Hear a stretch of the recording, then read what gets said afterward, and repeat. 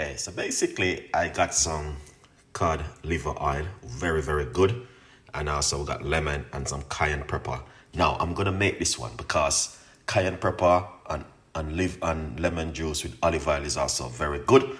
And all this is also omega-3 oil. So I'm gonna give this a combination, and I'm gonna be taking a shot this morning for 5 days straight. All right. Now I may think I may have to do it next week because of certain kind of reason, but the benefit behind it is to help you with your liver and your bowel. All right, guys.